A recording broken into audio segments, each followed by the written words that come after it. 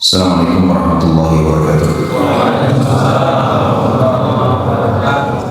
Alhamdulillah, puja dan puji kita kehadirat Allah Subhanahu wa Ta'ala, Zat yang paling pantas untuk dipuji, dicintai, dihormati dan ditunduki. Zat yang maha kuat, maha perkasa, maha bijaksana, tidak beranak dan tidak diperanakan. Zat yang telah menggantungkan segala kebutuhan kita dengan kalimat mulia Alhamdulillah. Maka sangat wajar kalau kita selalu mengucapkan kalimat yang mulia ini. Jadi kita panjatkan salam hormat kita kepada pemimpin seluruh anak Adam pada hari kiamat, manusia yang telah membawa kepada kita perintah dan larangan Sang Pencipta, sehingga kita tahu mana halal, mana haram, mana yang merupakan panduan hidup yang akhirnya membawa kita kepada kebahagiaan di dunia dan juga kehidupan abadi di surga pada hari kiamat nanti. Manusia yang telah diberikan salam hormat langsung oleh Sang Pencipta bersama malaikatnya, maka sangat wajar sebagai pengikut yang setia kalau kita selalu mengatakan dan mengucapkan salawat dan taslim kepada Nabi besar Muhammad sallallahu alaihi wasallam. Pada pertemuan kita yang kedua, saudaraku seiman, ini masalah materi sirah nabawiyah. Kita sudah sampai tadi ke istilah atau cerita tentang masalah bagaimana terbentuknya kota Mekah dan adanya air Zam-Zam, serta sebelumnya sudah kita panjang lebar menceritakan tentang Nabiullah Ibrahim alaihi salatu wassalam. Dan kita sekarang melanjutkan kisah tentang kota Mekah. Ismail alaihissalam tumbuh besar di Mekah dan bergaul dengan suku Jurhum. Tadi yang saya bilang suku Jurhum adalah suku Arab yang keluar dari Yaman dan akhirnya membentuk komunitas di Mekah. Suku Jurhum ini, saudaraku seiman, berbahasa Arab. Maka secara otomatis Ismail alaihissalam juga menggunakan bahasa Arab. Sampai akhirnya Ismail dewasa, meranjak umur menikah, maka menikahlah Ismail alaihissalam dengan anak kepala suku Jurhum.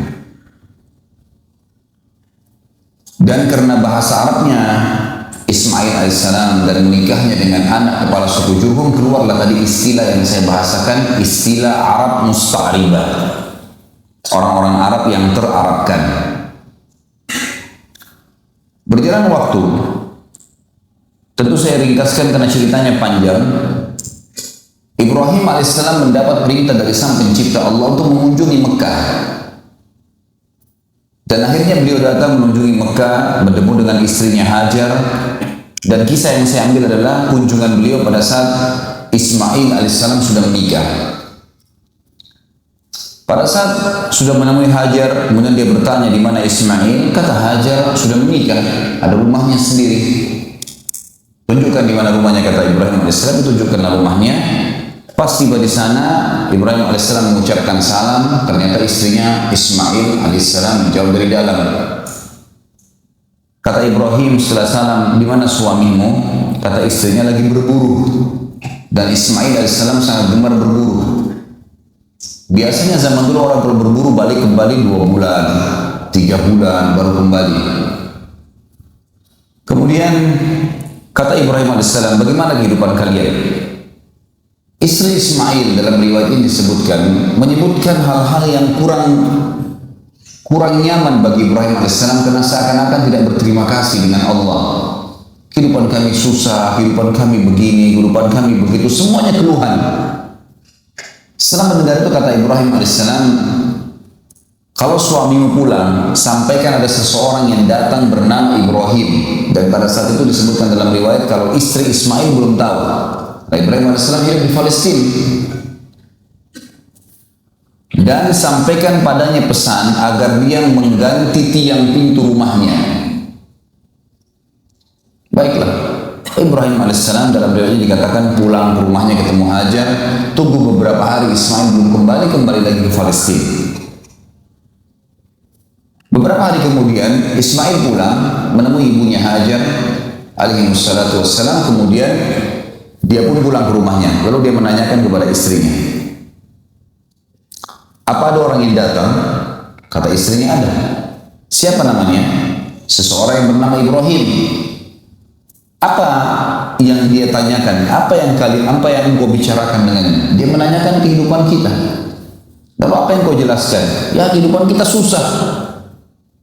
Tidak seperti orang kaya si fulan dan si fulan. Ada orang-orang dari Jurhum yang kaya, rumahnya bagus, lebih bagus di Mekah. Lalu kata Ismail AS, apa pesannya? Kata istrinya, pesannya agar engkau mengganti tiang pintu rumahmu. Kata Ismail, kalau begitu, bungkuslah pakaianmu, aku sudah menceraikanmu. Karena yang datang itu adalah ayahku Ibrahim, seorang Nabi Allah. Dan perintah untuk mengganti tiang pintu artinya aku disuruh menceraikanmu. Makanya sampai keluar istilah bagi orang-orang Arab, kalau dia mengucapkan kalimat santun agar istri diceraikan, maka dia mengatakan, aku akan mengganti tiang pintu rumahku. Di sini ada akhwat datang hadir ya. Jadi kalau antum menggunakan ini berarti sudah ketahuan.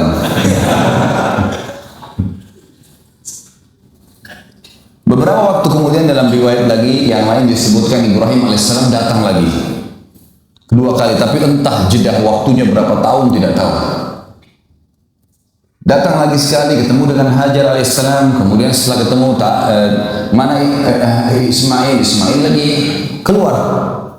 Baik, saya mau datang ke rumahnya. Berikan salam, ternyata sudah wanita lain sekarang. Ismail AS sudah menikah dengan wanita lain dari Jurhum. Lalu Ibrahim bertanya alaihissalam, di mana suamimu? Lagi pergi berburu. Bagaimana kehidupan kalian? Alhamdulillah, kehidupan kami cukup. Orang ini mukminah. Semuanya disyukuri sama dia. Setelah panjang lebar dia cerita, kata Ibrahim alaihissalam, kalau suamimu pulang sampaikan salam seseorang yang bernama Ibrahim dan sampaikan padanya agar dia mempertahankan tiang pintu rumahnya. Ini yang senyum-senyum sudah tahu cara bercerai ya. Bukan saya ajarin loh ya. Cerai dalam Islam itu hukumnya hal mubah yang paling Allah benci. Tapi ini adab terjadi di sejarah para nabi-nabi. Kali ini Ibrahim AS tidak langsung pulang, nunggu di situ, nunggu sampai Ismail AS datang. Dan ada sebuah riwayat yang dipastikan insya Allah kesahihannya menjelaskan bahwasanya Ibrahim AS belum pernah bertemu dengan Ismail kecuali di saat itu. Jadi belum pernah ketemu sebelumnya. Dari waktu bayi diletakkan pertama di Mekah yang kosong itu, belum pernah ketemu sampai Ismail sudah menikah. Jadi bisa belasan mungkin puluhan tahun. Tapi tidak disebutkan umur Ismail waktu itu berapa. Ada juga sebagian ulama yang menanggapi kisah ini mengatakan kemungkinan adalah Ismail alaihissalam pada saat itu sudah mencapai juga umur kenabian. Umur kenabian berarti 40 tahun. Yang berarti Ibrahim alaihissalam pada saat itu sudah 70 tahunan. Karena waktu sudah hampir 80-an sekian ya.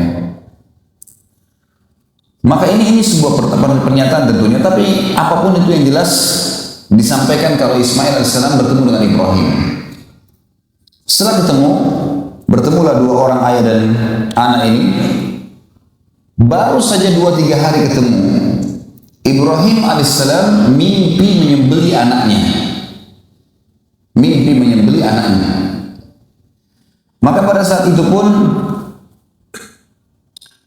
Ibrahim alaihissalam memanggil Ismail di pagi hari, kemudian mengatakan, ya Ismail, sesungguhnya aku melihat dalam mimpiku, aku menyembelihmu. Kira-kira bagaimana pendapatmu? Ada sebagian orang yang mengatakan di sini Ismail masih anak-anak, masih di bawah 10 tahun, masih di bawah 15 tahun. Tapi ditanggap oleh para ahli sejarah yang lain atau para ulama yang lain, tidak mungkin anak-anak umur 15 tahun atau di bawah 10 tahun mau menerima lehernya disembelih. Masuk akal tak kira-kira kalau antum punya anak 10 tahun, sini nak, saya mimpi saya sembelih kamu. Larilah dia. Jadi yang lebih dekat sebenarnya adalah memang Ismail sudah sampai pada umur yang ternobatkan menjadi nabi. Bahkan pendapat yang dirajihkan oleh sebagian besar ulama adalah Ismail sudah dinobatkan jadi nabi pada saat itu. Jadi dia sama ayahnya sudah sama-sama nabi. Cuma Ibrahim alaihissalam Rasul. Rasul berarti membawa syariat baru. Nabi hanya mengingatkan kaumnya apa yang disampaikan Nabi dan Rasul sebelumnya. Jadi Ismail tidak punya syariat baru, beliau Nabi. Hanya menyampaikan kaumnya apa yang disampaikan ayahnya Ibrahim. Tapi Ibrahim Rasul, bawa syariat. Dan bahkan termasuk ulul azm. Di antara 5 Rasul yang merupakan pilihan atau pemimpin para Nabi-Nabi dan Rasul yang Allah utus 120.000 Nabi, di antaranya 313 Rasul. Yang wajib kita imani yang tertulis namanya di Al-Quran dan Sunnah 25 Nabi dan Rasul. Ibrahim alaihissalam pada saat menyampaikan kalimat itu, kira-kira apa responnya Ismail alaihissalam? Wahai ayahku, kerjakan apa yang kau diperintahkan. Kau akan temui aku sebagai orang yang sabar. Dan kalimat ini teman-teman paling tepat diucapkan oleh seorang Nabi. Ini minta disembelih. Dan perlu juga teman-teman tahu, di alam Nabi-Nabi, mimpi Nabi nggak mungkin dari syaitan. Semua mimpi Nabi benar. Kalau Nabi yang mimpi, benar semua. Bahkan bisa terjadi adalah wahyu yang disampaikan kepadanya. Jadi mimpi di sini adalah satu hal petunjuk. Ringkas cerita teman-teman sekalian, akhirnya Ibrahim dan Ismail menuju ke tempat yang sudah dilihat dalam mimpinya untuk disembelih. Tempatnya di wilayah antara Muzdalifah dengan Mina. Antara Muzdalifah dengan Mina. Tapi sekarang kalau saya melihat dia tepatnya masih masuk wilayah Muzdalifah. Masuk wilayah Muzdalifah. Kerajaan Saudi meletakkan seperti batu kecil itu untuk mengenang kalau di situ dulu tempatnya Ismail mau disembelih. Kalau sekarang pas ada di bawah, ada gunung di bawah rel kereta yang dibuat oleh kerajaan Saudi untuk perjalanan jemaah haji. Biasanya kalau orang terus Siti Mekah ditunjukin tuh. Menuju ke sana teman-teman sekalian, sementara menuju ke sana, syaitan datang menggoda Ibrahim alaihissalam. Lalu membisikkan padanya, untuk apa kau mengganggu, untuk apa kamu menyembelih anakmu, kesian dia masih kecil, dan seterusnya. Oleh Ibrahim alaihissalam diambil batu kerikil kecil, dilempari sambil membaca Bismillahi Allahu Akbar. Bismillahi Allahu Akbar 7 kali. Dilempar, syaitannya pergi. Berjalan sedikit, kurang lebih 10-20 meter, datang lagi syaitan yang sama menggoda. Ibrahim alaihissalam melempar lagi dengan kerikil kecil 7 Bismillahi Allahu Akbar. Hilang lagi syaitannya. Sampai yang ketiga kali, batu yang 7 kali yang ketiga dilempar dengan Bismillahi Allahu Akbar, lalu syaitannya hilang. Lalu Ibrahim alaihissalam meletakkan Ismail di atas sebuah batu di sebuah bukit kecil tadi. Setelah diletakkan, dan Allah Azza wa Jalla, Allah yang Maha Tinggi dan Maha Mulia telah menceritakan kepada kita dalam Al-Quran yang akan saya bacakan nanti ayatnya, bagaimana pada saat itu Ismail dan Ibrahim dibiarkan oleh Allah yang Maha Tinggi dan Maha Pemurah, diuji keikhlasannya, dibiarkan melakukan sampai titik terakhir.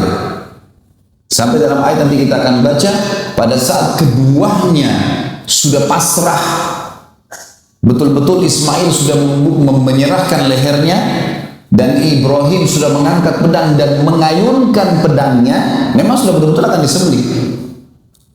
Pada saat itulah Jibril alaihissalam menahan pedang Ibrahim alaihissalam. Dan Allah berfirman padanya, hai Ibrahim, kau telah mempercayai mimpi, dan sungguh kami akan menggantikan anakmu itu dengan sembelihan domba yang besar.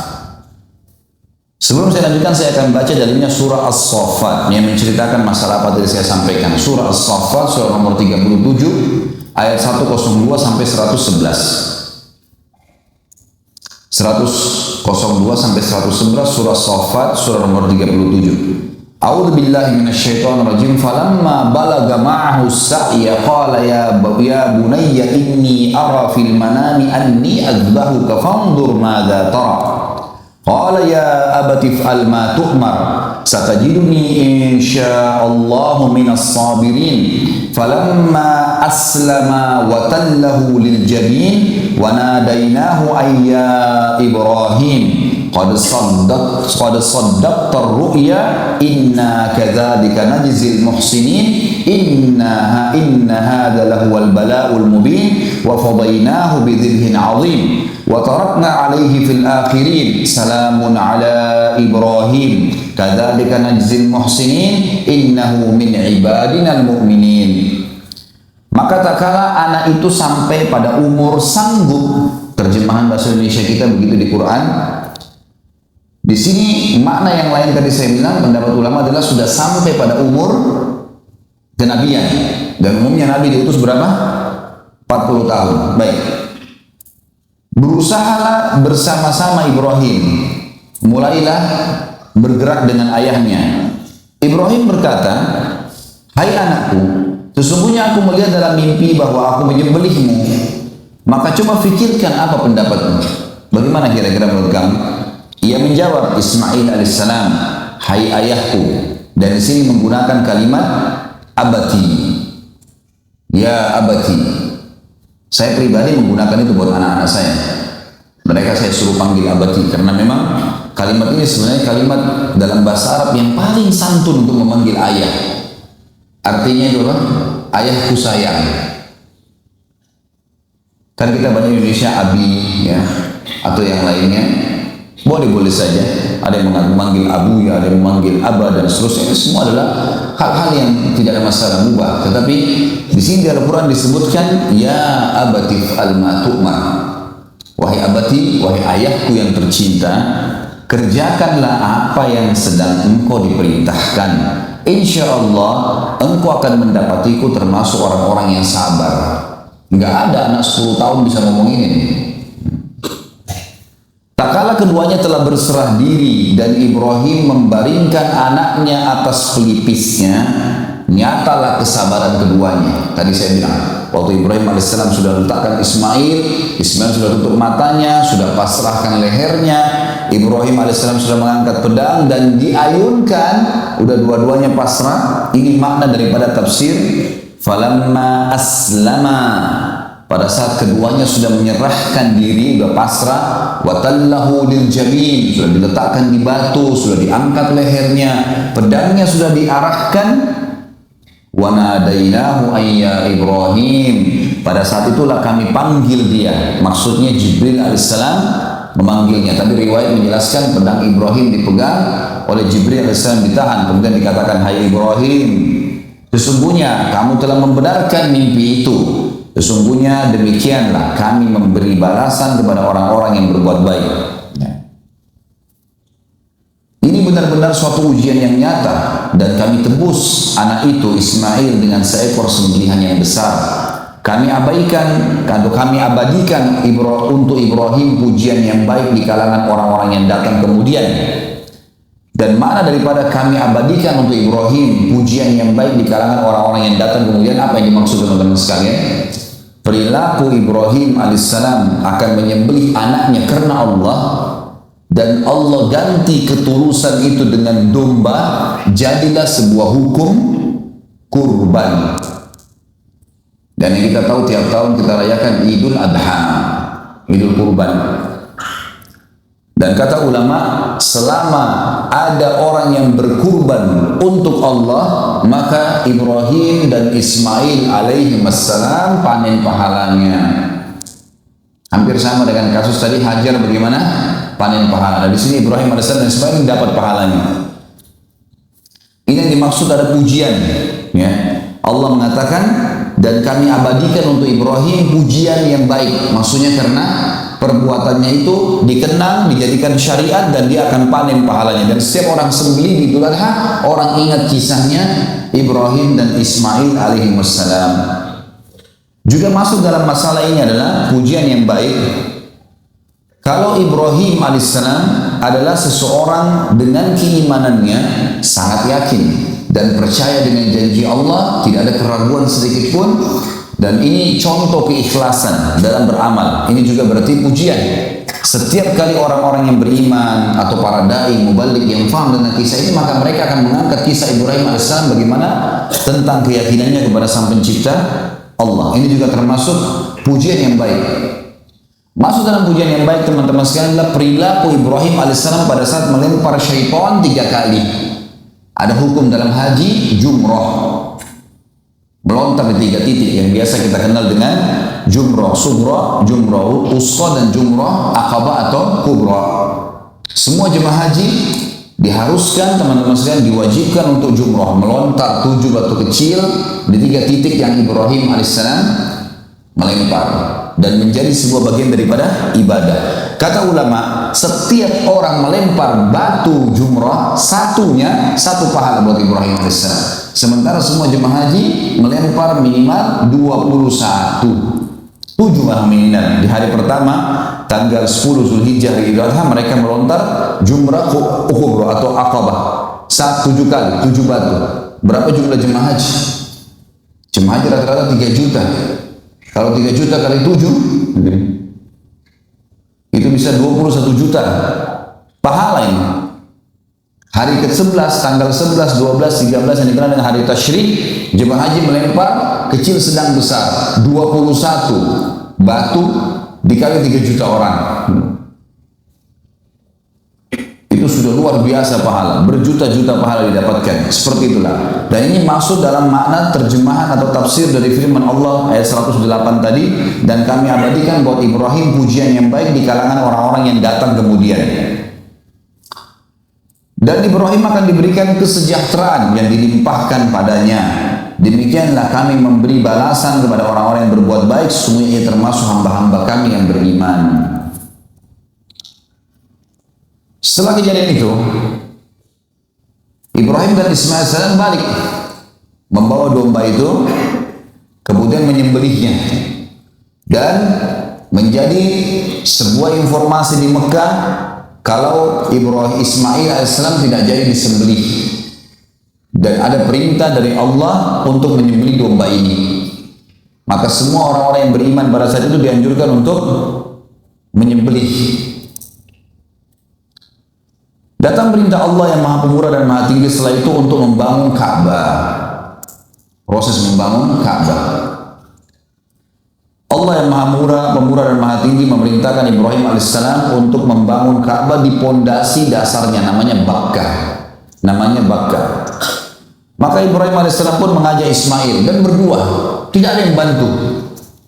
Sama dengan tadi kasus waktu mau disembeli, orang-orang Mekah sudah tahu, tapi Ibrahim alaihissalam mengatakan ini perintah Allah buat kami.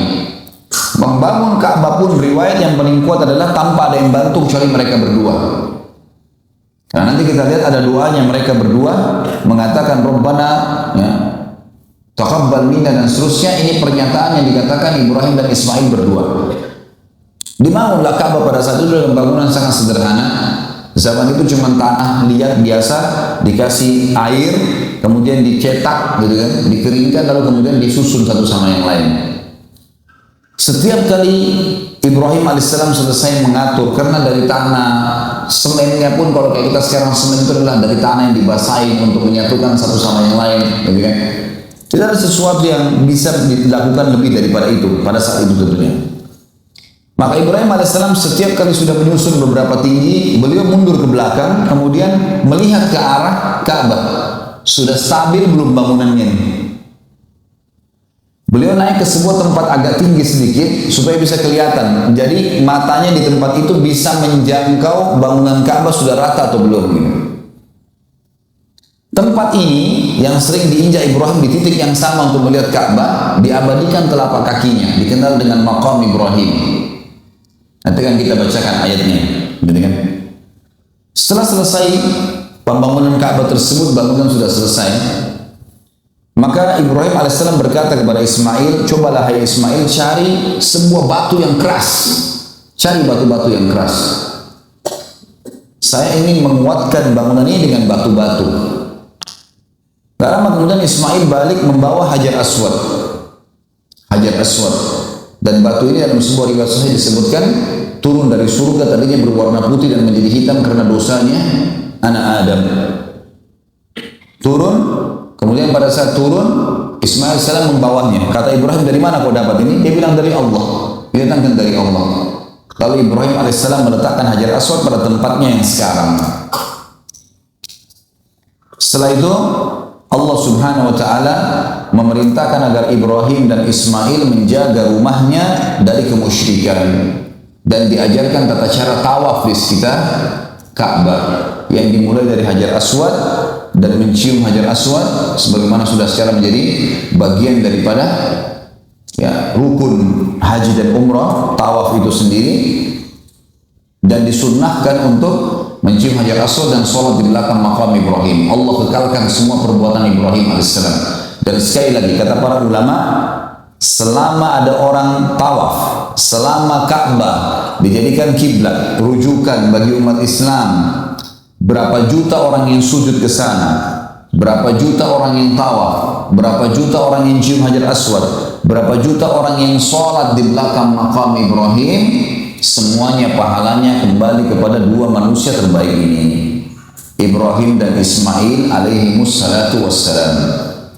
Allah berfirman dalam surah Al-Baqarah surah nomor 2 ayat 125 sampai 129. Al-Baqarah 125 sampai 129. A'udzu billahi minasyaitonir rajim. Wa idh ja'alna al-baita mathabatan lin-nasi wa amnan wattakhidhu min maqami Ibrahim musalla wa ahidna ila Ibrahim wa Ismail an tahhira baiti lit-ta'ifin wal-'akifin والعاكفين والركع السجود وإذ قال إبراهيم رب اجعل هذا بلدا آمنا وارزق أهله من الثمرات من آمن منهم بالله واليوم الآخر قال ومن كفر فأمتعه قليلا ثم أضطره إلى عذاب النار وبئس المصير وإذ يرفع إبراهيم القواعد من البيت وإسماعيل ربنا تقبل منا إنك أنت السميع العليم ربنا وجعلنا مسلمين لك ومن ذريتنا أمة مسلمة لك وأرنا مناسكنا وتب علينا إنك أنت التواب الرحيم ربنا وابعث فيهم رسولا منهم يتلو عليهم آياتك ويعلمهم الكتاب والحكمة ويزكيهم إنك أنت العزيز الحكيم. Dan ingatlah ketika kami menjadikan rumah itu, Baitillah, Ka'bah, tempat berkumpul bagi manusia dan tempat yang aman. Semua manusia datang ke sana berbondong-bondong. Kalau kita lihat orang yang tawaf, orang yang jalan datang Masjid Haram sholat, makin lama makin banyak. Sampai sekarang kerajaan Saudi memperluas Masjid Haram itu karena memang sudah tidak menampung. Allah menjelaskan dan tempat yang aman. Subhanallah, Mekah itu tempat teraman di dunia. Orang mau keluar jam 3 subuh, jam 4, jam 2, kondisinya seperti siang hari, rame, padat, restoran ada, semuanya enak, aman. Orang mau bolak-balik masjid, tidur di masjid, tidak ada gangguan. Allah sudah menjanjikan. Dan jadikanlah makam Ibrahim itu sebagai tempat sholat. Dikenang tadi tempat telapak kaki Nabi Ibrahim AS. Dan dengan kami, tentu di sini kita mengerjakan bukan karena makam Ibrahimnya ya, karena perintah Allahnya. Sama antum sujud menghadap Ka'bah. Bagaimana antum jawab kalau ada orang bilang orang Islam itu larang sembah berhala, tapi buktinya mereka sujud ke Ka'bah, Ka'bah juga berhala, batu. Tentu jawaban kita apa? Kita bukan sembah Ka'bah. Yang kita lakukan adalah sujud menghadap Ka'bah karena perintah Allah. Kalau perintah Allah ke lautan, kita ke lautan. Kalau ke pohon, kita ke pohon. Perintahnya ke Ka'bah. Makanya Ka'bah rumah dinamakan Baitillah ya. Kalau rusak, diperbaiki. Saya pernah untuk mahasiswa sana, pernah bangunannya diperbaiki, renovasi, diperbaiki sampai Ka'bahnya ditutup full, diperbaiki semua, dikokohkan lagi. Kiswanya diganti setiap tahun. Kita menghormati karena Allah memerintahkan untuk menghormati. Sama dengan Hajar Aswad. Antum cium kenapa? Sudah makan belum tadi ini? Kenapa dicium Hajar Aswad? Karena perintah Allah. Kenapa kita tawaf? Karena perintah Allah. Kenapa kita sa'i? Karena perintah Allah. Kenapa kita menyembelih? Karena perintah Allah. Kenapa bahkan kita hidup di sini dan kita mengerjakan apa kita menikmati yang halal, meninggalkan haram, semua karena perintah Allah. Seorang suami baik sama istrinya, bakti sama orang tuanya, mengurus anak-anaknya, mencari nafkah banting tulang, istrinya mentaati suaminya, membersihkan rumah, merawat dirinya, merawat anak-anaknya, merawat suaminya, semua karena Allah.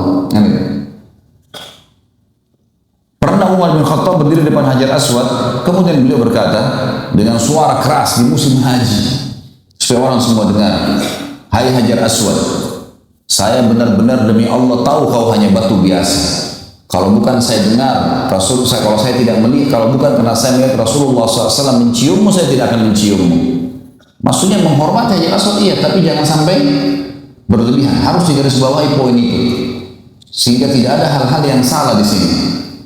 Umar bin Khattab pernah menebang pohon yang dikenal dengan syajarah tempat baiat Ridwan. Nanti kita pelajari itu pada saat sulh Hudaybiyah, kesepakatan Hudaybiyah. Ada pohon di situ, Nabi SAW pernah membaiat 1398 sahabat. Sebenarnya jumlah mereka 1400, sama Nabi satu orang munafik ikut, tidak mau membaiat Nabi SAW. 1368 yang membaiat. Lalu Nabi SAW menjamin semua ashabus syajarah yang membaiat Nabi di bawah pohon, gitu kan? Dikenal dengan baiat Ridwan, itu pasti masuk surga. Pohon ini di zaman Umar bin Khattab banyak orang datang sembah-sembah, sholat di situ, gantung surbannya, ikat untahnya, menganggap berkah. Apa yang Umar lakukan? Izinkan Umar tebang pohon ini. Sama Umar ditebang. Karena ini pohon, setelah baiat pun Nabi SAW tidak pernah satu kali pun datang ke sana, tidak pernah suruh hormati pohon itu, tidak pernah juga ya, mengunjunginya secara khusus. Ya. Sama dengan Gua Hira, sama dengan ya, Jabal Nur, kemudian Jabal Thur, tempatnya Nabi SAW sembunyi. Satu kali saja, setelah hijrah ke Madinah, setelah menerima wahyu, Iqra bismi rabbikal ladzi khalaq, ini setelah itu Nabi SAW tidak pernah ke Gua Hira, tidak pernah datang secara ke gunung Jabal Nur, seperti banyak sekarang jemaah haji yang melakukan sengaja naik jauh-jauh sampai ada yang jatuh, meninggal. Padahal Nabi SAW tidak pernah naik lagi di situ. Tidak pernah sama sekali, tidak pernah instruksikan, tidak pernah suruh sahabat. Padahal pembebasan kota Mekah terjadi sekali saja pada saat ya kejadian wahyu, maksudnya ya, pada saat turunnya Iqra bismi rabbikal ladzi khalaq. Misalnya di atas ada orang gambar-gambar, tulis-tulis, taruh sejadah gitu. Sama juga di tempat-tempat lain. Ini kadang-kadang karena kesalahpahaman saja. Semestinya tidak dilakukan. Lakukanlah seperti apa yang baginda Nabi SAW perintahkan. Baik. Dikatakan di sini teman-teman sekalian, dan ingatlah ketika kami menjadikan rumah itu Baitillah tempat berkumpul bagi manusia dan tempat yang aman, dan jadikanlah makam Ibrahim tempat sholat, dan kami telah perintahkan kepada Ibrahim dan Ismail, bersihkanlah rumahku untuk orang-orang yang tawaf, i'tikaf, ruku dan sujud. Yang dimaksud dengan bersihkan adalah bersihkan dari kotoran dan jaga dari kemusyrikan atau kemaksiatan. Nanti akan kita pelajari ada kisah dua orang namanya Isaf dan Nailah berzina depan Ka'bah, ini dikutuk jadi patung sama Allah. Ayat 126 tadi, ayat 125, sekarang 126. Dan ingatlah ketika Ibrahim berdoa, ya Tuhanku, jadikanlah negeri ini, Mekah, negeri yang aman, sentosa, dan berikanlah rezeki dari buah-buahan kepada penduduknya yang beriman di antara mereka kepada Allah dan hari kemudian. Allah berfirman, dan kepada orang-orang kafir pun aku akan beri kesenangan sebentar, kemudian aku paksa ia menjalani siksa neraka, dan itu adalah seburuk-buruk tempat kembali. Ayat 21-27, dan ingatlah ketika Ibrahim meninggikan, membina atau membangun dasar-dasar Baitillah bersama Ismail seraya berdoa. Ini tadi yang saya bilang teman-teman saya, saksi bahasan para ulama tafsir tentang Ibrahim dan Ismail hanya berdua membangun Ka'bah. Karena instruksi Allah begitu, tidak minta tolong sama orang. Makanya dikatakan di ayat di sini, dan ingatlah ketika Ibrahim meninggikan dasar-dasar Baitillah bersama Ismail. Bisa saja Allah mengatakan bersama Jurhum, bersama masyarakat Mekah, gitu. Seraya berdoa, ya Tuhan kami, terimalah dari kami amalan kami, sungguhnya Engkau lah yang maha mendengar lagi maha mengetahui. Dan ini sunnah teman-teman sekalian, setiap kali kita sudah berbuat apa-apa, amal ibadah apapun, usahakan selalu diikutkan dengan doa Rabbana taqabbal minna innaka antas samiul alim wa tub alaina innaka antat tawwabur rahim. Tapi di sini yang depannya adalah Rabbana taqabbal minna innaka antas samiul alim, ya. Kalimat ini teman-teman sekalian diucapkan oleh dua nabi yang mulia, walaupun mereka sudah tahu ini perintah Allah, mereka nabi Allah dan mereka sudah ikhlas kepada Allah, tapi mereka masih mengatakan, ya Allah terimalah dari kami. Sesungguhnya Engkau yang maha mendengar lagi maha mengetahui. 128-nya, ayat 128, ya Tuhan kami, jadikanlah kami berdua orang yang tunduk patuh kepada Engkau, dan jadikanlah di antara anak cucu kami umat yang tunduk dan patuh juga kepada Engkau, dan tunjukkanlah kepada kami cara-cara dan tempat-tempat ibadah haji kami, dan terimalah taubat kami, sungguhnya Engkau lah yang maha penerima taubat lagi maha penyayang.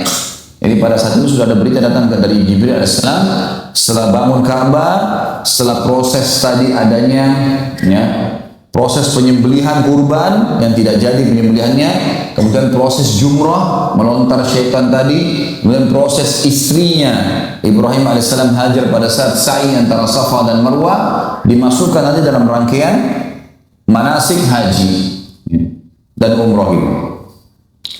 Kemudian dikatakan, dan terimalah taubat kami, sungguhnya engkau maha penerima taubat lagi maha penyayang. 129, ya Tuhan kami, utuslah untuk mereka seorang rasul dari kalangan mereka. Kata para ulama maksudnya adalah Nabi Muhammad alaihi wassalam. Karena setelah meninggalnya Ismail tidak ada nabi di Mekah kecuali Nabi Muhammad sallallahu alaihi wasallam.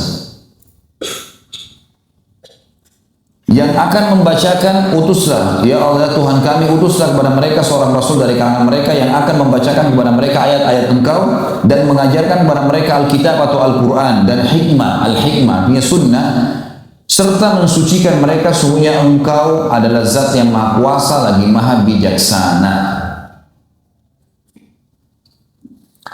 Kalau tentang maqam Ibrahim juga ada disebutkan dalam ayat lain teman-teman sekalian. Disebutkan dalam surah Al-Imran surah nomor 3 ayat 97. A'udzu billahi minasyaitonir rajim, fihi ayatun bayyinatun maqamu Ibrahim wa man dakhalahu kana amina walillahi 'alan nasi hajjul baiti man istata'a ilaihi sabila wa man kafara fa innallaha ghaniyyun 'anil 'alamin. Padanya di sekitar Ka'bah itu terdapat tanda-tanda yang nyata kalau memang kisah Ibrahim benar. Allah pastikan di antaranya ada maqam Ibrahim, pijakan kakinya. Barang siapa yang memasuki Baitillah menjadi aman dah ia. Mengerjakan haji adalah kewajiban manusia terhadap Allah. Tentu dalam Islam wajibnya adalah yang pertama satu kali, sisanya menjadi sunnah.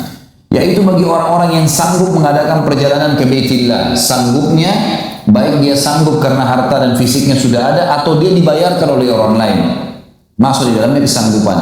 Barang siapa yang mengingkari kewajiban haji, maka sungguhnya Allah Maha Kaya tidak memerlukan sesuatu dari semesta alam. Dan ini disebutkan di dalam sebuah riwayat kalau Umar bin Khattab radhiyallahu anhu memerintahkan ya para pengawal-pengawalnya, panglima perangnya untuk mendatangi semua wilayah kaum muslimin, kemudian melihat kalau ada orang-orang yang tidak pergi haji sementara dia mampu dan belum pernah haji, untuk diambil hartanya sebagai jizyah. Karena dianggap dia mengingkari haji, kenapa dia nggak pergi? Gitu ya. Ini kewajiban dari Allah Subhanahu wa Ta'ala.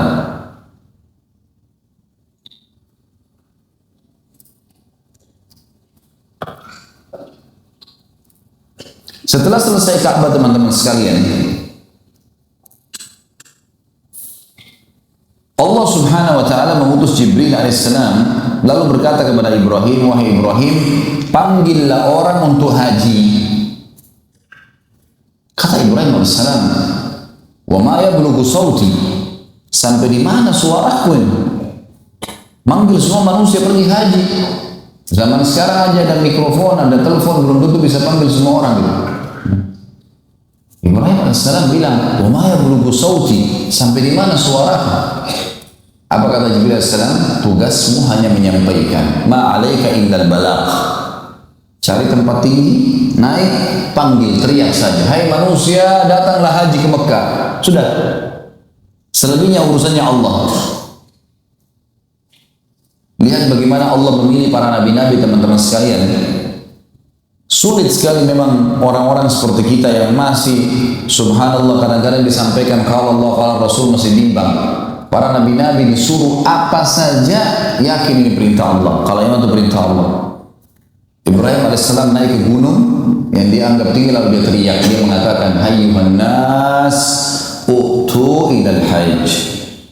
Hai manusia, datanglah kerjakan haji. Maka pada saat itu suara Ibrahim alaihissalam dalam sebuah riwayat yang sahih dikatakan dibawa dengan hikmah Allah oleh angin ke seluruh pelosok muka bumi, dan semua orang beriman mendengar kalimat itu dan tergerak untuk datang. Semuanya dari seluruh muka bumi.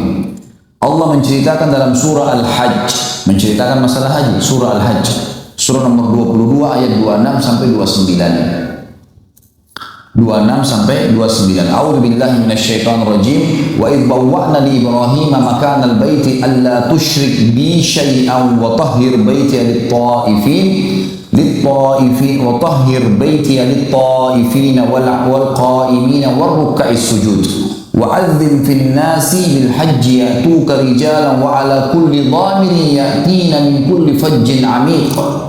ليشهدوا منافع لهم ويذكروا اسم الله في أيام معلومات على ما رزقهم من بهيمة الأنعام فكلوا منها وأطعموا البائس الفقير ثم ليقضوا تفاثهم وليوفوا نذورهم وليطوفوا بالبيت العتيق. Dan ingatlah ketika kami memberikan tempat kepada Ibrahim di sekitar Baitillah dengan mengatakan, janganlah kamu mempersekutukan sesuatu dengan aku, kata Allah melalui Jibril alaihissalam kepada Ibrahim. Jangan sampai ada kemusyrikan di sini. Dan sucikanlah rumahku ini bagi orang-orang yang tawaf, orang-orang yang beribadah, juga orang-orang yang rukuk dan sujud. Bersihkan, mudahkan buat mereka. Bersihkan segala macam najis dan kotoran dan patung-patung syirik dan seterusnya. Dan berserulah kepada manusia untuk mengerjakan haji. Ini yang dikatakan tadi, panggil manusia untuk pergi haji. Niscaya mereka akan datang kepadamu dengan berjalan kaki. Padahal Ibrahim alaihissalam berteriak dari gunung Mekah, dari seluruh dunia, kata Allah, mereka akan datang kepadamu dari seluruh dunia dan berjalan kaki dan mengendarai unta yang kurus. Kata ulama tafsir, maksudnya unta mereka kurus. Dhamir itu kurus, gitu kan? Kenapa kurus? Karena perjalanan terlalu jauh ke Mekah dari pelosok bumi yang datang dari segenap penjuru yang jauh, agar mereka menyaksikan berbagai manfaat bagi mereka dan agar mereka menyebut nama Allah pada hari yang telah ditentukan. Maksudnya manfaat di sini adalah ternyata orang beriman tidak sendirian. Kita kalau pergi haji, kita punya komunitas banyak, semua suku, semua bahasa, berjuta-juta orang semua mengerjakan yang sama. Apalagi kalau sudah pakai ihram di Mina, di Arafah, di Muzdalifah, itu pada saat pakai ihram, subhanallah, kita lihat presiden pun, raja pun sama. Kemudian dikatakan itu manfaat buat mereka dan agar mereka menyebut nama Allah pada hari yang telah ditentukan. Maksudnya di sini adalah hari-hari haji, tanggal 8 Zulhijjah sampai 13 Zulhijjah. Karena haji ada 6 hari, 8 sampai 13. 8 dan tanggal 13 sunnah, 4 hari 9, 10, 11, 12 hari wajib. Tanggal 8 jemaah haji masuk ke Mina dan ini hukumnya sunnah, dikenal dengan hari tarwiyah. Hari tarwiyah, mereka pakai ihram dari rumah mereka. Kalau orang Mekah, kalau orang pendatang kayak kita misalnya jemaah haji, maka mereka pakai ihram dari hotel mereka masuk ke Mina. Lalu mereka mengerjakan sholat jamak qasar takdim di waktu duhur dan asar, dijamak, digabung, dikasar, dipangkas. Yang dipangkas hanya sholat yang rubaiyah 4 rakaat, duhur, asar dan isya. Dan kasus jamak, jadi tidak ada qasar kecuali 4 rakaat ya. Subuh nggak mungkin jadi 1, maghrib nggak mungkin 1,5, gitu kan. Dan jamak hanya boleh duhur sama asar dan maghrib sama isya, nggak boleh yang lain.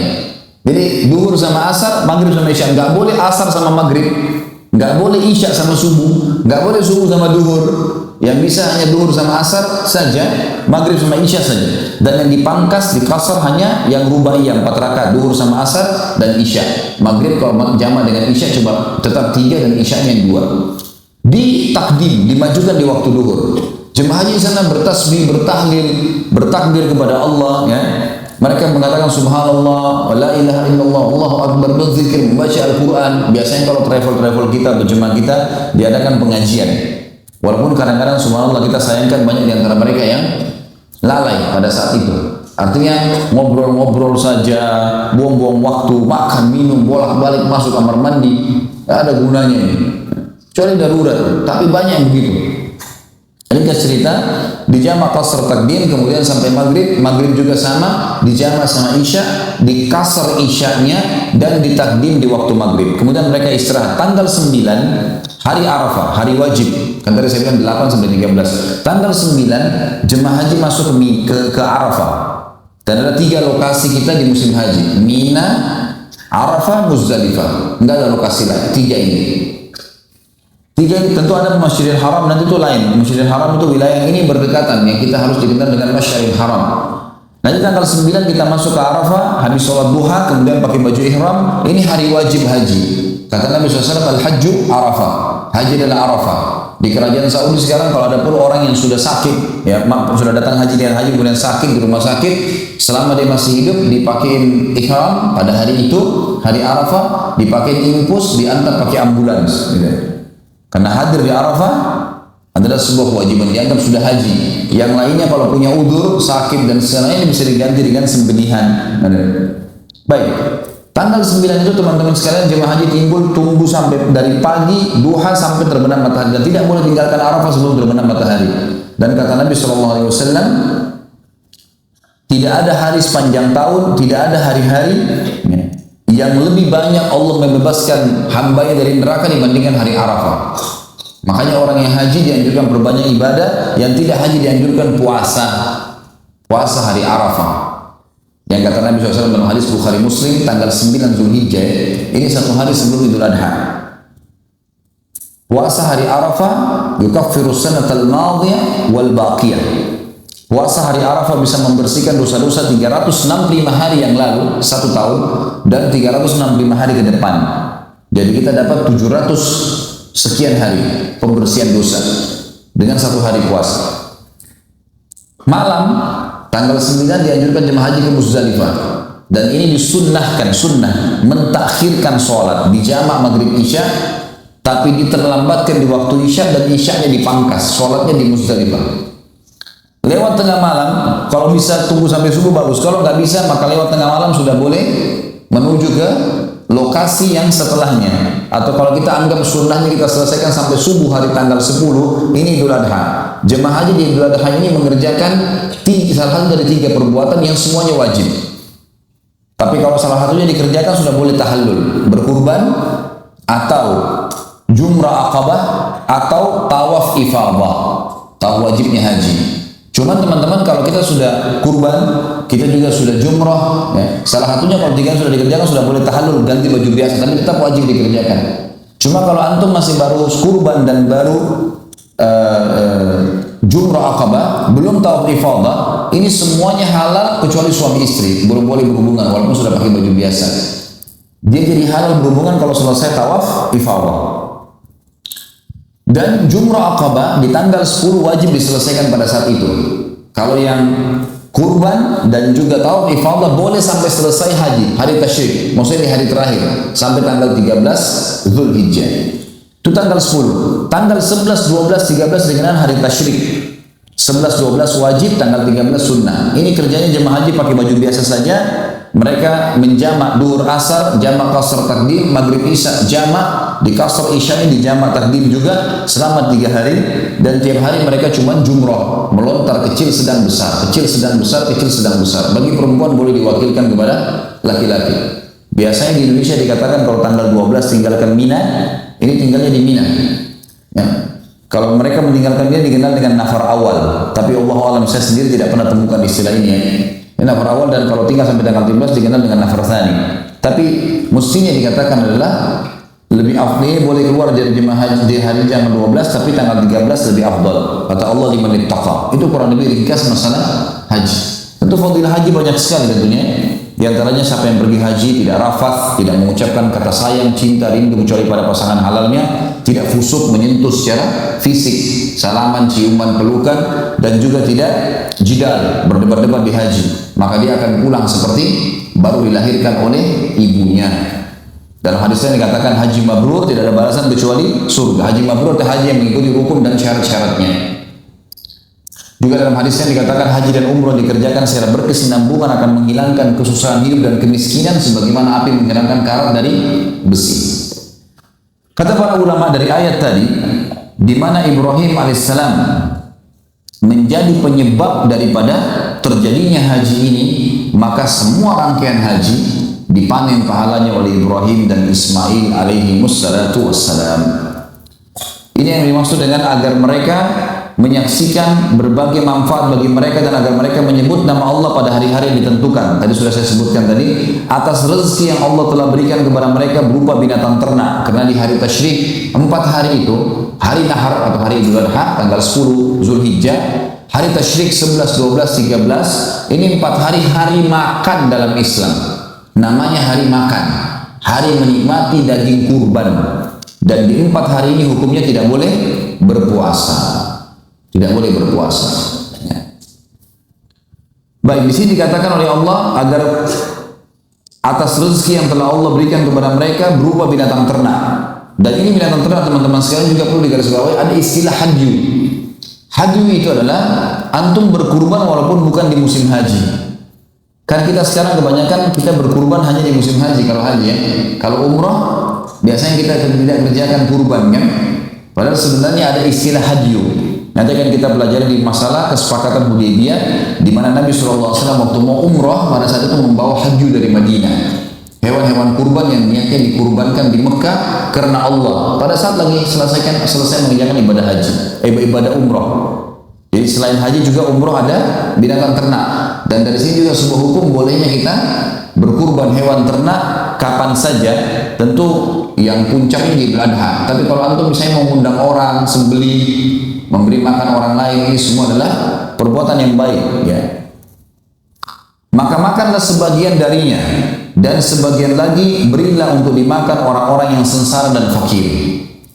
Satu hal lagi kita ambil hukum di sini teman-teman dari ayat adalah Idul Kurban ya, Idul Adha memberikan gambaran kepada kita tentang pentingnya hewan yang namanya kambing dan domba.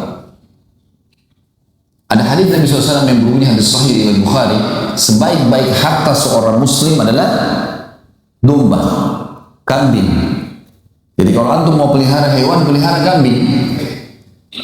Maaf ini jangan tersinggung. Kalau ada teman-teman yang suka pelihara kucing misalnya, bukan tidak boleh, bukan tidak boleh. Abu Hurairah pernah pelihara, bahkan Abu Hurairah namanya Abdurrahman ibn Sakhr radhiyallahu anhu, gitu kan? Diberikan julukan Abu Hurairah karena Hurairah diambil dari kata-kata hira yang berarti kucing. Tapi beliau satu-satunya sahabat yang pelihara kucing, yang lainnya tidak pernah. Nabi SAW juga tidak pernah pelihara kucing. Lebih baik antum biarkan bebas hidup, lebih bagus, lebih afdal. Jangan lagi dipelintir perkataan saya. Sekarang banyak ahli pelintir. Nanti keluar lagi fatwa menyesatkan Khalid Basalamah. Tanpa dilihat, tanpa disortir gitu. Ini saya bilang lebih baiknya. Karena hewan yang haram dimakan dagingnya, haram ditransaksikan. Ya, itu kaidahnya. Kucing termasuk hewan yang bertaring. Ya. Dibolehkan untuk dipelihara oleh sebagian ulama karena dilihat Abu Hurairah pernah pelihara, tapi bukan menjadi sebuah kebiasaan para sahabat, bukan juga Nabi. Maka lebih baik antum biarkan. Ada orang subhanallah biayai kucing satu bulan 3 juta di Jakarta. Makannya lah, ada salonnya lah, ada bajunya lah, ada macam-macam. Kalau dia biayai anak yatim berapa pahalanya? 3 juta biaya anak yatim kan bagus ya. Sama juga banyak orang pelihara, maaf jangan tersinggung dan jangan dipelintir. Orang pelihara burung. Untuk apa nih pelihara burung teman-teman? Untuk apa Allah kasih burung itu sayap? Saya tanya. Untuk terbang atau untuk diburung? Sayapnya sudah ada. Biar yang terbang. Ustaz saya mau dengar suaranya. Sekarang di HP download banyak suara burung. Kenapa harus siksa burung itu bisa disuruh berbunyi? Antum mau suara apa saja sekarang bisa download. Suara burung segala macam. Ratusan ribuan burung banyak suaranya. Kenapa harus burung itu bisa? Biarin terbang. Makhluknya Allah. Mau lihat keindahannya Ustaz? Sekarang di YouTube apa saja antum mau lihat jenis burung semuanya ada. Bisa tonton. Selesai. Pelihara hewan yang antum ada pahalanya. Semua hewan yang halal dimakan dagingnya halal transaksinya. Kambing, ayam, ikan, ya bisa dimakan. Halal, transaksinya pun halal. Antum nanti mau jual pun bisa. Tapi khusus masalah kambing teman-teman agak berbeda. Kambing adalah hewan yang luar biasa. Saya pernah sampaikan dalam satu ceramah saya teman-teman sekalian, kalau hikmahnya adalah hewan kambing ini hewan yang memakannya berpahala. Ada banyak dalil, diantaranya hadis Bukhari kalau baginda Nabi SAW sangat gemar memakan paha kambing. Berarti kalau orang makan kambing karena Nabi SAW suka, ibadah, pahala. Yang kedua, kita punya akikah.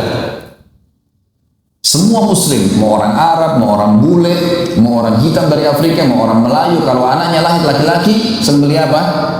Kambing, 2 ekor, atau domba.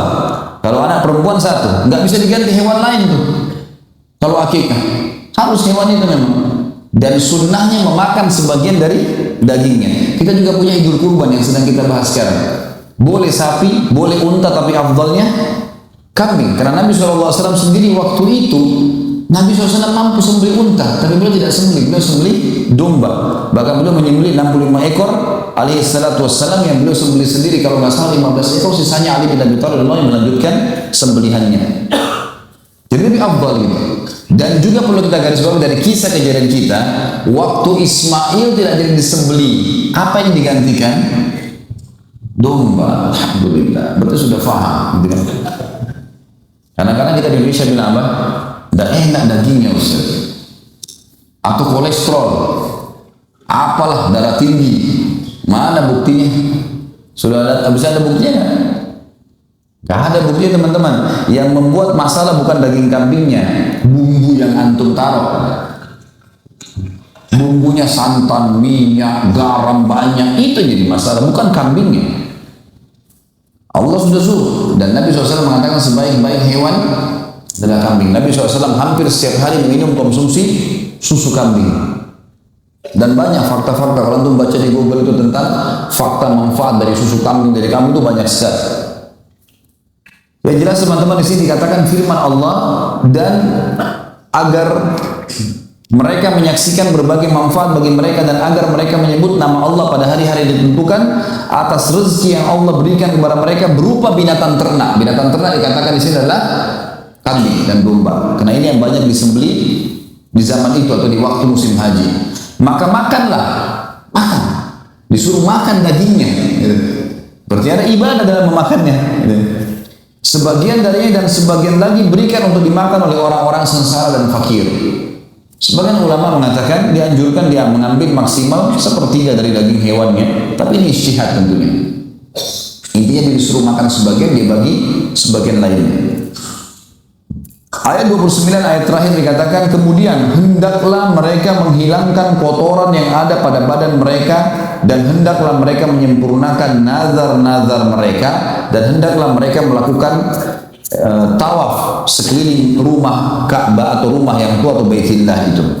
Yang dimaksud dengan di sini teman-teman sekalian, menghilangkan kotoran tubuhnya adalah menghilangkan kotoran, memotong rambut, mengerat kuku, dan juga mencukur bulu kemaluan dan bulu ketiak. Sebagaimana kita tahu, ini disunnahkan pada saat orang sedang ihram. Jadi sebelum antum ihram, sebelum niat ihram haji atau umrah, maka potong kuku sunnah, cukur bulu kemaluan, cukur bulu ketiak, dan nanti pada saat selesai tahallul mencukur rambut. Dan afdalnya gundul. Ya. Saya kalau motivasi jemaah lagi umrah sama saya, kadang-kadang ada yang tidak mau gundul. Kenapa nggak mau gundul Pak? Di Indonesia kan malu kalau gundul, biasanya orang kriminal yang digundul. Di sini lain, di Mekah. Malah kalau kita masuk ke tempat cukur, kita nggak gundul, kita dianggap aneh sendiri. Karena orang semuanya gundul. Baru Allah minta rambut sudah berat. Kenapa Allah minta darah? Gundul lah, gitu kan? Dan laki-laki itu subhanallah, ada penelitian mengatakan gundul itu lebih baik buat kesuburan kepalanya. Beda dengan perempuan. Kulit kepala laki-laki memang makin sering gundul maka makin bagus. Tapi hubungkanlah dengan ibadah, artinya dengan umrah dan haji. Kemudian dikatakan di sini tadi ya, kemudian hendaklah mereka menghilangkan kotoran. Yang dimaksud kotoran kata ulama tafsir adalah tadi yang sudah saya sebutkan, bulu ketiak, bulu kemaluan, kuku, dan memotong rambut pada saat lagi tahallul. Kemudian dikatakan juga, dan agar mereka menjalankan nazar-nazar mereka. Maksudnya adalah nazar-nazar yang baik untuk ibadah haji. Seperti misalnya, ya, dia mengatakan dalam doanya, ya Allah mudahkanlah haji ini buat saya, ya, berkahilah dan seterusnya. Dan kalau saya berhasil selesai haji, maka saya akan bersedekah sekian, gitu kan? Itu nazar-nazar yang positif. Walaupun nazar ini dalam pandangan jumhur ulama adalah hukumnya makruh. Nazarnya, karena kalau berhasil maka wajib untuk dijalankan, dosa kalau enggak. Lebih baik seseorang itu melakukan sesuatu, kalau berhasil dia langsung sedekah setelahnya, atau dia berbuat kebaikan, berdoa atau sujud syukur kepada Allah sebagai tanda terima kasihnya kepada Allah yang Maha Pemurah. Baik, kita akan tutup teman-teman sekalian pertemuan kita pada malam ini dengan awal munculnya kemusyrikan, dan itu di tangan seseorang yang bernama Amru bin Luhai.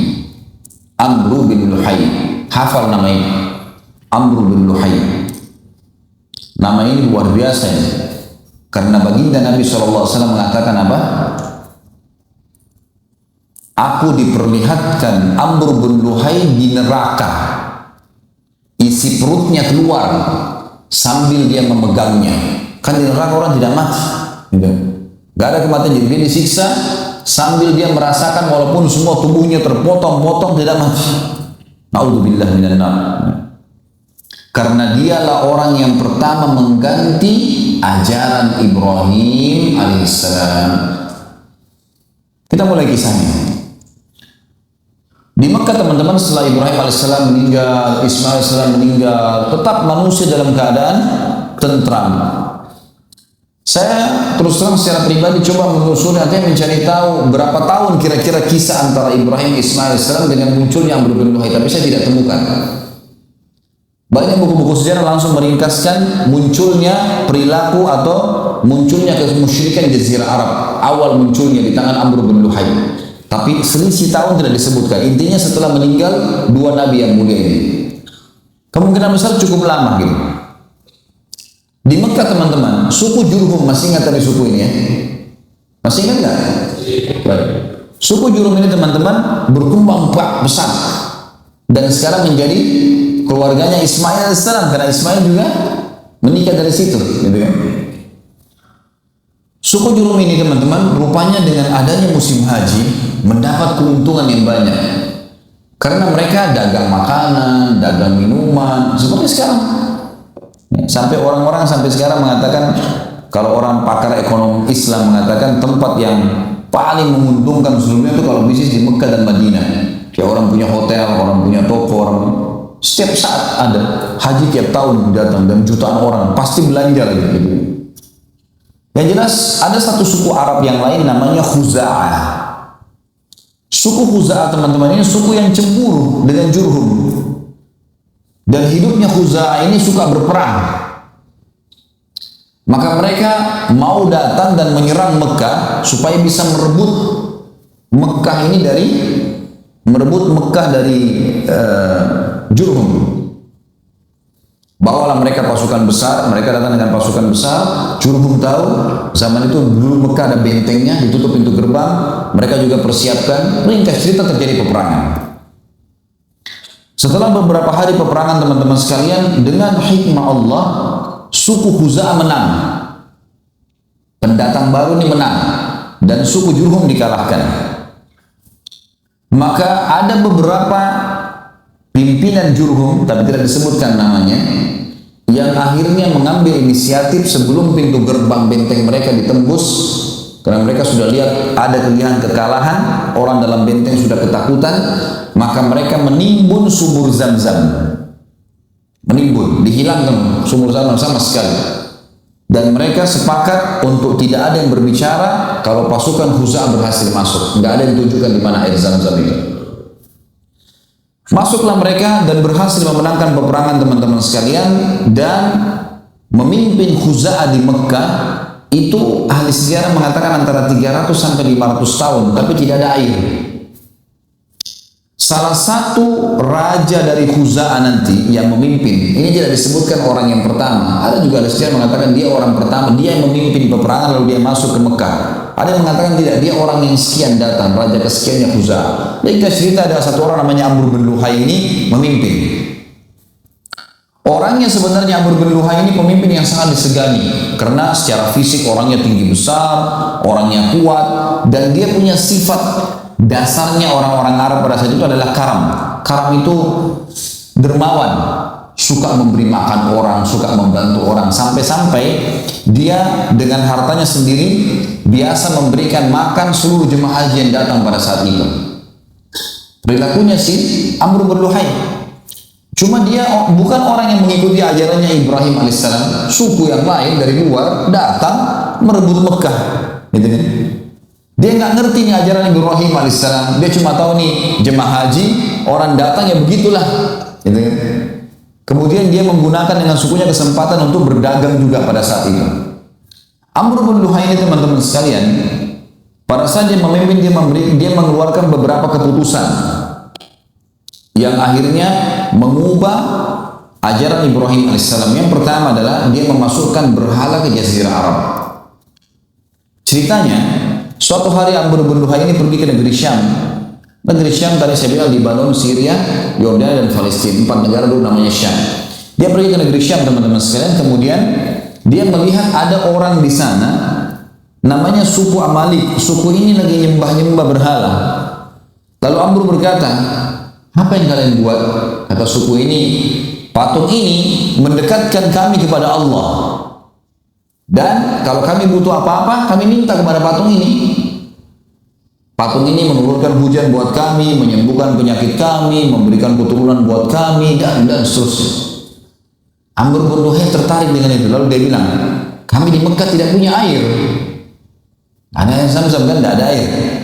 Dan ini perkataan dia mengatakan kami di Mekah tidak ada air. Kemungkinan kata ahli sejarah lebih tepat, dia adalah bukan raja pertama di Mekah, tapi sudah raja kesekian. Jadi sudah kakeknya dulu yang merebut Mekah. Jadi dia ini betul-betul blank, tidak tahu apa-apa. Dia kehilangan informasi tentang masalah air Zam-Zam ini. Maka dia bilang, saya akan beli beberapa patung, saya bawa ke Mekah. Siapa tahu patung ini nanti bisa mendatangkan air buat kami. Maka dia pun akhirnya membeli patung, dan patung yang pertama dia masukkan ke Mekah namanya Hubal. Patung Hubal. Patung ini dibawa sama dia, kemudian patung tersebut diletakkan di pintu gerbang Mekah. Lalu dia memerintahkan seluruh masyarakat Mekah pada saat itu untuk meminta agar semuanya tiap hari datang minta kepada patung agar Mekah mendapatkan sumber air. Karena dia seorang raja yang disegani pada saat itu dan sudah cukup lama ajaran Ibrahim dan Ismail AS berlalu, maka orang-orang pun mengikutinya. Pada saat itu masyarakat Mekah masih mengenal Allah, tahu haji ini, rumah ini punyanya Allah. Tapi mereka secara rububiyah, secara menganggap Allah itu Rabb, pencipta, mereka yakin. Tapi mereka tidak melakukan ibadah, uluhiyahnya tidak ada. Mereka dalam arti kata ibadah ini masih dicampur baur dengan kemusyrikan. Maka yang terjadi teman-teman sekalian, semua orang Mekah pada saat itu mulai menyembah Hubal. Berjalan beberapa waktu, Amr bin Luhai mengeluarkan instruksi untuk setiap suku di Mekah harus buat patung sendiri. Kemudian meletakkan di depan sukunya. Jadi dulu Mekah itu kalau kita ibaratkan masjid ini Mekah, di pojok sebelah sana ada suku sendiri, ada bentengnya sendiri. Di sini juga ada, di sini juga ada, di sana juga ada, gitu-gitu. Maka dia perintahkan agar semuanya suku punya patung sendiri-sendiri. Pada saat itu tersebarlah banyak patung teman-teman sekalian. Di antaranya yang terkenal adalah suku Hubal, patung Hubal tadi disembah oleh seluruh masyarakat Mekah. Kemudian ada patung Wud. Patung Wud ini yang paling banyak disembah oleh suku Kalb. Kemudian ada Suwa' yang disembah oleh suku Hudzail. Ada Yaguth yang disembah oleh suku Taib. Kemudian ada wilayah masyarakat wilayah Jarash, Kemudian ada Ya'uq disembah oleh wilayah Hamazan. Kemudian Yathar disembah oleh penduduk negeri Yaman. Jadi awalnya di Mekah dulu nih, Hubal tadi kan, satu masyarakat Mekah. Lalu seluruh suku disuruh buat patung. Nah pada saat musim haji kan orang seluruh dunia datang. Mereka lihat orang-orang Mekah sembah patung. Jemaah hajinya terpengaruh. Kenapa kalian buat ini? Oh ini menurunkan hujan buat kami, ini menyembuhkan kami, ini begini. Orang-orang Mekah yang sebarin dari Amr bin Luhai. Maka jemaah haji pada ambil ide pulang. Kemudian Amr bin Luhai keluarkan instruksi lagi untuk semua penduduk Mekah menjadikan buat patung ini adalah sumber pendapatan. Maka jadilah hampir satu Mekah ahli buat patung. Dijual kepada jemaah haji yang mereka bawa pulang ke kampungnya masing-masing. Dan ini semua patung-patung yang saya sebutkan namanya tadi, yang oleh baginda Nabi SAW semua dihancurkan di pembebasan kota Mekah. Dimulai dari Hubal yang besar di depan pintu gerbang Mekah. Dan yang paling aneh sekali adalah patung yang disuruh sembah oleh Amr bin Luhai yang dia tidak tahu kisahnya. Namanya patung Isaf dan Nailah. Isaf, teman-teman, nama seorang laki-laki dari Yaman. Nailah nama seorang perempuan dari Yaman. Kisahnya dalam sebuah riwayat Bukhari disebutkan dua orang ini saling mencintai, suka sama satu sama yang lain. Kemudian mereka mau menikah.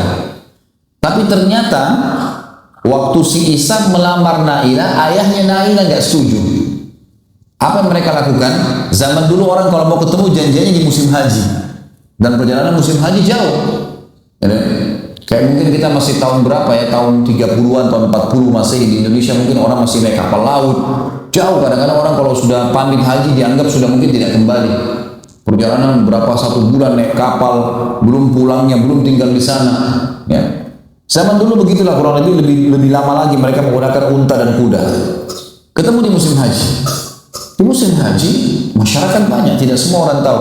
Keduanya pada saat sedang berada di depan Ka'bah dan orang-orang semua sudah istirahat malam hari, tiba-tiba berzina. Dan waktu keduanya berzina di depan Ka'bah, Allah kutuk menjadi patung. Ini terjadi waktu suku Jurhum masih berkuasa, belum masuk Khuza'ah. Apa yang terjadi, teman-teman? Suku Khuza'ah, suku Jurhum meletakkan Isaf di Gunung Safa dan meletakkan Nailah di Gunung Marwah agar jadi pelajaran. Setiap orang sa'i, nih lihat nih, buat dosa di depan Ka'bah, ini hasilnya. Jadi orang turun-temurun tahu itu, gitu kan? Waktu Amr bin Luhai masuk, dia nggak ngerti nih, ini patung apa ini? Dikira memang orang Mekah sembah patung gitu. Lalu dia menyuruh patung Isaf dan Nailah dipindahkan dekat Ka'bah dan disuruh sembah. Jadi disuruh sembah apa? Manusia yang dikutuk oleh Allah karena berzina. Tapi itu terjadi di Mekah. Umar bin Khattab berkata, suatu hari aku pernah, ini menggambarkan tentang buruknya keadaan mereka di sana ya. Umar bin Khattab mengatakan, aku satu waktu pernah mau keluar dari Mekah, lalu kemudian aku lupa membawa batu dari Mekah. Jadi waktu itu ada instruksi dari Amr bin Luhai turun-temurun. Amr bin Luhai jauh dari zaman Nabi SAW, jauh sebelumnya. Tapi turun-temurun. Sampai di zaman Nabi SAW masih dijalankan apa yang diinstruksikan itu. Turun-temurun. Di antaranya orang Mekah kalau mau keluar, mereka harus bawa patung dari Mekah. Baru bisa disembah. Dan kalau tidak punya patung harus bawa batu. Batu itu dipahat sama dia. Dan pahat ini apa saja, pokoknya batu kecil misalnya seperti sebesar ini misalnya. Ini aja dicoret sama dia, dibuatin mata, dibuatin hidung, ini Tuhannya, sembah. Makanya dikatakan zaman jahiliyah, zaman kebodohan dulu. Kata Umar satu waktu, saya pernah keluar dari Mekah, lupa bawa batu dari Mekah. Nggak ada saya bawa batu dari Mekah. Kemudian di tengah jalan, waktu saya lagi istirahat, saya ingin sembah Tuhan saya, minta keselamatan. Maka saya cari batu, nggak ada batu dari Mekah, lupa bawa. Ada banyak batu di situ barang, tapi bukan dari Mekah. Dia bilang, kalau saya lihat dari Mekah yang saya bawa cuma pakaian sama makanan, dan saya bawa kurma, maka saya buat Tuhan saya dari kurma. Kemudian saya sembah. Setelah saya sembah, saya lapar, saya makan kepalanya. Waktu itu Umar radhiyallahu anhu sempat tersenyum, maka para sahabat bertanya, kenapa Anda tersenyum? Dia bilang, saya teringat dulu masa jahiliyah. Begitu luar biasa bodohnya dulu gitu loh. Tidak mengerti, Tuhannya dimakan sendiri gitu. Di antara hal yang buruk pada saat itu teman-teman sekalian dari Amr bin Luhai, selain patung, juga dia menyuruh anak perempuan untuk dibunuh. Anak perempuan untuk dibunuh. Allah menceritakan dalam Al-Quran surah An-Nahl, surah nomor 16 ayat 58 sampai 59. A'udzu billahi minasyaitonir rajim. Wa idza busyira ahaduhum bil untha dhalla wajhuhu muswaddan wa huwa kadhib yatawara minal qaumi min su'i ma busyira bih ayumsikuhu ala hunin aw yadussuhu fit turab ala sa'a ma yahkumun. Apabila seseorang dari mereka diberi kabar dengan kelahiran anak perempuan, hitam memerah padamlah mukanya dan dia sangat marah. Ia menyembunyikan dirinya dari orang banyak disebabkan buruknya berita yang disampaikan kepadanya. Apakah dia akan memelihara anak perempuan itu dalam keadaan menanggung kehinaan dari masyarakat, ataukah akan menguburkannya ke dalam tanah hidup-hidup? Ketahuilah, alangkah buruklah apa yang mereka tetapkan itu. Di dalam surah Zukhruf, surah nomor 43 ayat 17, Allah yang Maha Tinggi dan Maha Purba juga menceritakan tentang masalah ini. A'udzu billahi minasyaitonir rajim. Zukhruf ayat 17. Wa idza busyira ahaduhum bima daraba lirrahmani mathalan dhalla wajhuhu muswaddan wa huwa kadhim. Padahal apabila salah seorang dari mereka, maksudnya orang-orang Quraisy Mekah, diberi kabar gembira tentang datangnya anak perempuan, maka apa yang mereka jadikan sebagai atau dinisbatkan kepada Allah yang Maha Pemurah, jadilah muka mereka hitam pekat sebab Dia amat menahan sedih. Apa maksudnya di sini teman-teman sekalian? Apa yang mereka nisbatkan kepada Allah Zat Maha Pemurah? Jadi ternyata orang-orang Quraisy itu mengatakan malaikat itu anak perempuannya Allah. Dan Allah pasti tidak mungkin terima. Allah SWT lam yalid wa lam yulad. Allah Esa. Allah tidak butuh dengan semua malaikat, semua makhluknya. Allah tunggal, maha kuat, maha sempurna. Walam yakul lahu kufuwan ahad. Allahus samad, jelas. Allah tidak membutuhkan pada siapapun, semua bergantung padanya. Maka pada saat itu Allah mengatakan, padahal apabila salah seorang dari mereka diberikan berita gembira dengan apa yang mereka jadikan sebagai misal bagi Allah yang Maha Pemurah, maksudnya mereka katakan malaikat anak perempuan Allah, lalu mereka kalau dapat anak perempuan mereka malah bermuram. Bagaimana bisa mereka menganggap Allah punya anak perempuan, mereka sendiri tidak mau menerima anak perempuan itu? Yang mereka lakukan teman-teman sekalian adalah mereka mengubur anak perempuan itu hidup-hidup, atau mereka harus memeliharanya dalam kondisi mereka malu. Surah Takwir, surah nomor 81 ayat 8. Allah juga mengatakan, A'udzu billahi minasyaitonir rajim, wa idzal mau'udatu su'ilat bi ayyi dzambin qutilat. Dan apabila bayi-bayi perempuan yang dikubur hidup-hidup ditanya, karena dosa apa mereka dibunuh? Baik teman-teman sekalian, selanjutnya yang ketiga yang dikerjakan oleh Amr bin Luhai adalah mengubah talbiyah. Mengubah talbiyah.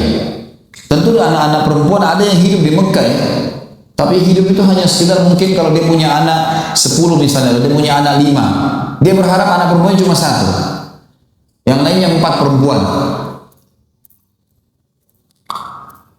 Mengubah talbiyah ini, talbiyah masyhur di zaman Ibrahim alaihissalam adalah talbiyah disyariatkan dalam syariat Nabi Muhammad alaihi wassalatu wassalam. Labbaik Allahumma labbaik, labbaik la syarika laka labbaik, innal hamda wan ni'mata laka wal mulk la syarika lak. Artinya, aku menjawab panggilanmu ya Allah, aku menjawab panggilanmu dengan santun ya Allah. Labbaik, ini kalimat yang baik ya. Makanya teman-teman didik anak-anaknya agar kalau kita panggil dia mengatakan misal nak sini, labbaik. Kata-kata labbaik ini santun.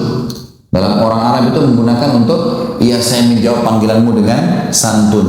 Ya.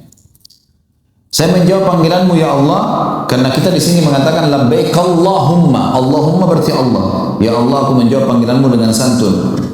Aku menjawab panggilanmu dengan santun dan tidak ada sekutu bagimu. Sesungguhnya segala puji-pujian dan nikmat serta kerajaan hanya milikmu dan tidak ada sekutu bagimu. Sampai sini adalah talbiyah yang masyru', talbiyah yang dianjurkan. Amr bin Luhai datangkan kalimat terakhir ditambahkan illa syarikan huwa lak tamlikuhu wa ma malak. Kecuali sekutu yang kau miliki dan kau kuasai. Ini kalimat syirik. Nggak boleh, artinya berarti Allah punya sekutu. Sementara Allah mengatakan la syarika, tidak ada sekutu baginya. Ini kalimat syirik dan sampai zaman Quraisy terakhir yaitu mereka masih menggunakan kalimat ini, dan orang-orang Quraisy bisa membedakan antara muslim sama kafir di talbiyah mereka pada saat mereka sedang mengucapkannya. Yang keempat, pensyariatan bahirah, saibah, wasilah dan ham. Ini istilah-istilah hewan. Ini syariatnya si Amr bin Luhai. Amr bin Luhai lalu menetapkan syariat bagi masyarakat Mekah yang ia karang sendiri keluar dari ajaran Nabi Ibrahim alaihi salatu wassalam, yaitu pensakralan hewan tertentu. Allah yang Maha Tinggi dan Maha Mulia menceritakan kasus dalam surah Al-Maidah. Tentu antum kalau tidak dengar dari apa yang kita sampaikan atau tidak mengetahui apa yang kita sampaikan teman-teman, antum tidak mengerti kalau baca ayatnya ini. Karena istilah ini memang istilah hewan. Bahira, saibah, wasilah dan ham. Saya bacakan ayatnya surah Al-Maidah, surah nomor 5 ayat 103. Ini Allah ceritakan tentang pensyariatnya Amr bin Luhai di Mekah. A'udzubillahi minasyaitonirrajim. Ma ja'alallahu min bahiratin wala sa'ibatin wala wasilatin wala hamim walakinnal ladzina kafaru yaftaruna 'ala Allahi al-kadzib wa aktsaruhum la yaqilun. Allah sekali-kali tidak pernah mensyariatkan bahira, sa'ibah, wasilah dan ham. Akan tetapi orang-orang kafir membuat-buat kedustaan terhadap Allah dan kebanyakan mereka tidak mengerti. Maksudnya orang kafir al-amru bil luhai yang akhirnya disyariatkan di Mekah. Apa itu hewan-hewan teman-teman? Bahira adalah unta betina yang telah beranak 5 kali. Jadi kalau ada unta betina melahirkan sampai 5 kali dan anak kelimanya jantan. Lalu unta betina itu dibelah kupingnya, induk betina tadi yang sudah dapat 5 anak, anak kelimanya jantan, dilepaskan, tidak boleh tunggangi dan tidak boleh lagi diambil air susunya. Ngarang-ngarang, nggak ada hubungannya sama sekali.